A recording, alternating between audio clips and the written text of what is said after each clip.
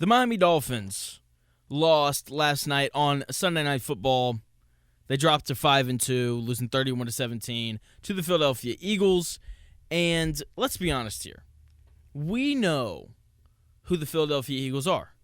Okay, they're one of the, if not the best team in the NFC.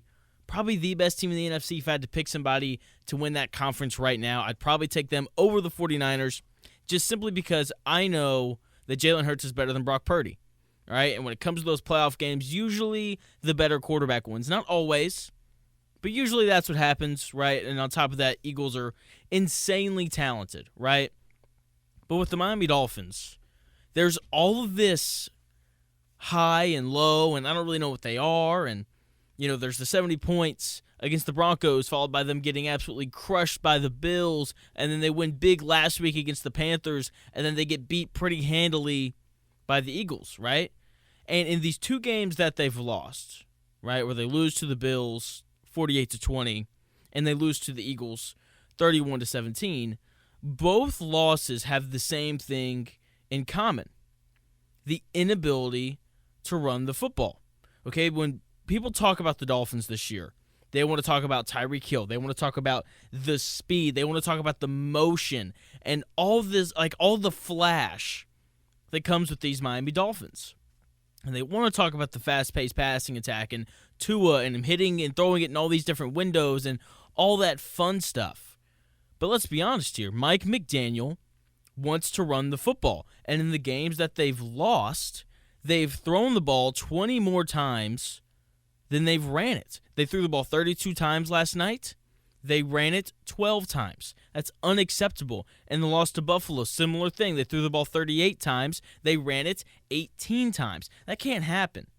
You got to be balanced, especially with Mike McDaniel, the former run game coordinator for Kyle Shanahan. This Dolphins offense and Mike McDaniel and Tua, they are all at their best when this offense can run the football. They have multiple running backs who are extremely explosive. I know A-Chain didn't play last night. He's out for the next 2 weeks with an injury. It was mainly Mozart, but we saw Wilson Jr. get some carries. We saw Savon Ahmed get some carries. But this is a really explosive backfield, and it sets everything else up. And last night, Hassan Reddick, oh my gosh. Hassan Reddick dominated the first half, didn't play as much in the second half, didn't need him to.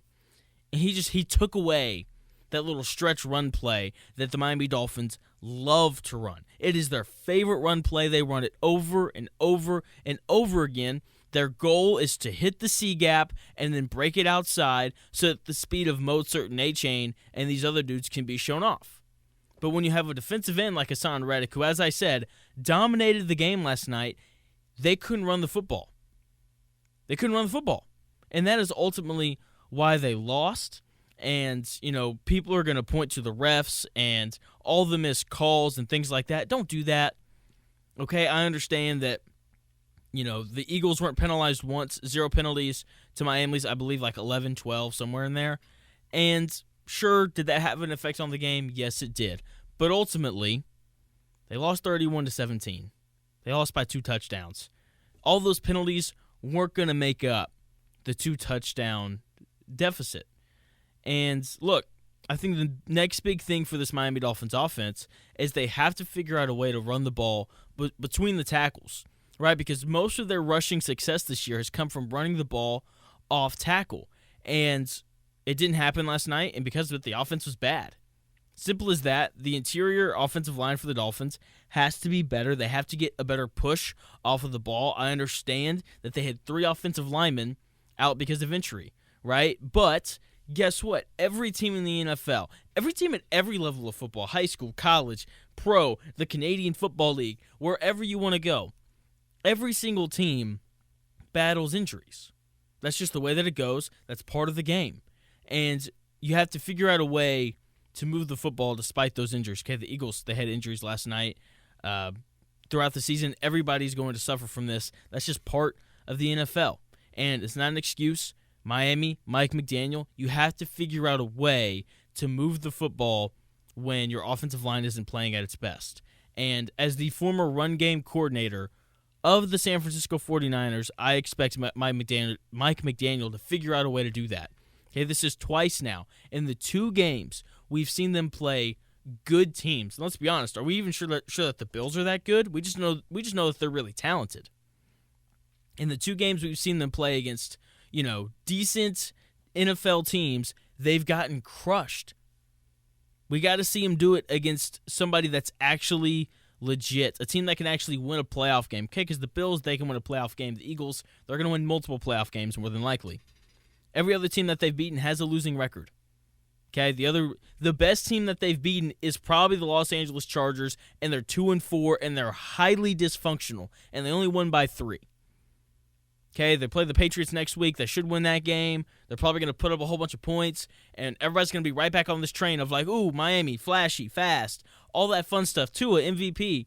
No, we have to see them do it against a legitimately good football team. Until they do that, we cannot give them the respect that we so desperately want to give them. Speaking of wanting to give people respect, the game that I was most excited for on Sunday wasn't the Dolphins and Eagles. It was the Ravens and the Lions. And I fully expected for that game to be both close and entertaining. And it was not close. Final score, 38-6. The Ravens destroyed the Lions. But it was entertaining. Oh, it was so entertaining. Lamar Jackson was nothing short of incredible. He goes 21 for 27 for 357 yards, 156 of them coming in the first quarter, not the first half, the first quarter. 21 for 27, 357 yards, 3 touchdowns, no interceptions, 9 carries for 36 yards, and a touchdown. It was nothing short of a masterful performance. Okay, Lamar Jackson both delivered the ball well from the pocket, and he extended plays with his legs to find open receivers. I don't know if you watched the game. If you didn't, go back. There's a clip where he works through all of his progressions. Everything's covered up, runs into an offensive lineman, spins away, runs outside the pocket, throws it back across his body to find Nelson Aguilar in the back of the end zone for a touchdown. It was incredible. Just an insane play. And look, the Ravens, they look like the best team in the NFL on Sunday. I don't know if they are. They probably aren't. Unless they continue to play like that, because when you have a quarterback who can extend plays like that and can make DBs cover for 5, 6, 7, 8 seconds, it's impossible to cover these guys, especially with the way that the Ravens have gone out and really made an investment in improving the receivers around Lamar Jackson as they did in the offseason, bringing in Odell Beckham, drafting Zay Flowers. Obviously, they already had Mark Andrews. Nelson Aguilar, he's a solid receiver as well. And then they've got Rashad Bateman, too, a guy that they drafted a couple years ago out of Minnesota. I mean, this team has some dudes. And the defense, the defense.